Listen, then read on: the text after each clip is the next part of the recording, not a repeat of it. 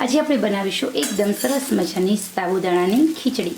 ચલો જોઈએ રેસીપી। તમે જોઈ શકો છો એકદમ છૂટું દાણે દાણો છે। તો રેસીપી સ્ટેપ બાય સ્ટેપ જો ઓછી સામગ્રીમાં પણ તમે વધારે સ્વાદિષ્ટ એવી સાબુદાણાની ખીચડી બનાવી શકો છો। તો ચલો જોઈએ રેસીપી। આજે આપણે બનાવીશું સાબુદાણાની ફરાળી ખીચડી। સૌથી પહેલાં અહીંયા આપણે સાબુદાણાને પલાળી લેવાના છે। તમે જોઈ શકો છો એકદમ દાણે દાણો છૂટો આપણા સાબુદાણાનો છે। તો એક વાટકી સાબુદાણા હતા। આ એક વાટકી સાબુદાણાને મેં ધોઈ અને પછી ડૂબડૂબા પાણીમાં પલાળી રાખ્યા છે। 2 જ કલાક થઈ છે, તમે જોઈ શકો છો। તો પણ આપણો એક સાબુદાણો પલળી ગયો છે। તો સૌથી પહેલાં તો જો તમે સાબુદાણાને પ્રોપર રીતે પલાળેલા હોય તો તમારી સાબુદાણાની ખીચડી બહુ સરસ મજાની બનતી હોય છે। હવે અહીંયા સ્ટેપ બાય સ્ટેપ તમે રેસીપી જોતા રહો। ખૂબ જ સરસ મજાની ટેસ્ટી યમી સ્વાદિષ્ટ એવી સાબુદાણાની ખીચડી બનીને રેડી થઈ જશે। હવે આપણે અહીંયા મેં 2 ચમચી, એક વાટકી સાબુદાણા છે તો 2 ચમચી જીરું લેવાનું છે। જીરું સંતળાઈ જાય એટલે આપણે એમાં મરચાં એડ કરવાના છે। મરચાંને આપણે થોડી વાર માટે સાંતળી લેવાના છે। ત્યાર પછી આપણે એમાં એડ કરીશું, અહીંયા આપણે ફરાળી સાબુદાણાની ખીચડી બનાવીએ છીએ પરંતુ ચટપટા ટેસ્ટની। તો તમે હળદર ન ખાતા હોય તો હળદર તમે સ્કીપ કરજો। અહીંયા આપણે અડધી ચમચી હળદર અને સાથે આપણે બાફેલા બટેકા 2 એડ કરવાના છે।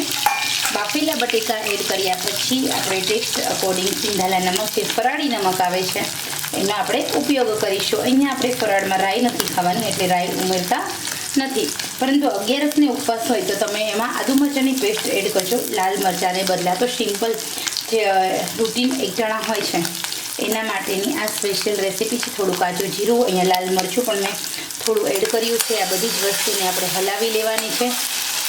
તમે ખાંડ પણ એડ કરી શકો છો અને તમે સાબુદાણાને ઉમેરી દેવાના। હવે આપણે તમે ચાહો ને તો તમે ખાંડનો ઉપયોગ કરી શકો, પરંતુ ખાંડ આપણે પાછળથી એડ કરવાની અને સાબુદાણા ઉમેર્યા પછી આપણે હલાવી લેવાનું છે।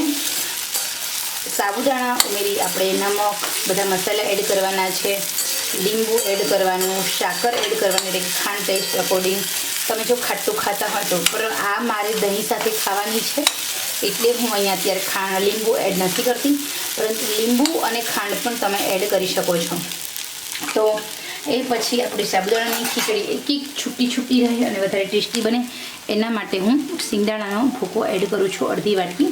આ અડધી વાટકી શિંગદાણાના ભૂકાને આપણે ચડવા દેવાનું છે। કાચા જ શિંગદાણા લેવાના આપણે અને આવી રીતે ખરેખર જો તમે સાબુદાણાની ખીચડી આવી રીતે બનાવશો બહુ સરસ લાગશે।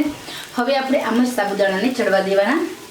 આદુ, કોથમીર, મરચાંની પેસ્ટ પણ તમે ઉમેરી શકો છો અને એકદમ ફટાફટ ઝડપથી આપણા સાબુદાણા છે એકદમ ટ્રાન્સપરન્ટ થઈ જાય ત્યાં સુધી આપણે સાબુદાણાને એકદમ મીડિયમ આંચે આમ જ ચડવા દેવાના છે।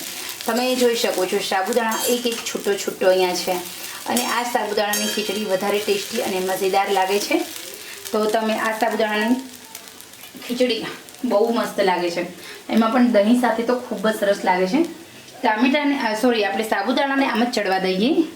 ગેસની આંચ એકદમ મીડિયમ રાખવાની છે અને 2 થી 3 મિનિટ સુધી સાબુદાણાને આમાં ચડવા દેવાના છે। સાબુદાણા એકદમ ટ્રાન્સપરન્ટ થઈ જાય, તમે જોઈ શકો છો એકદમ કાચ જેવા થઈ જાય એટલે આપણી સાબુદાણાની છૂટી ખીચડી બનીને રેડી થઈ જશે।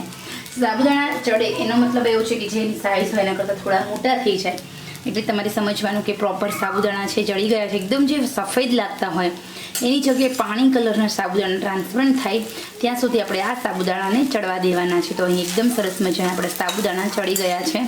આપણે આવી જ રીતે તમે શિંગદાણાનો ભૂકો એડ કરો તો એકદમ છૂટી સાબુદાણાની ખીચડી બનશે, મસાલેદાર બનશે, ટેસ્ટી બનશે।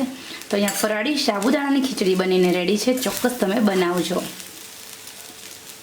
આજે આપણે બનાવીશું એકદમ સરસ મજાની સાબુદાણાની ખીચડી। ચલો જોઈએ રેસીપી। તમે જોઈ શકો છો એકદમ છૂટું દાણે દાણો છે। તો રેસીપી સ્ટેપ બાય સ્ટેપ જો ઓછી સામગ્રીમાં પણ તમે વધારે સ્વાદિષ્ટ એવી સાબુદાણાની ખીચડી બનાવી શકો છો। તો ચલો જોઈએ રેસીપી।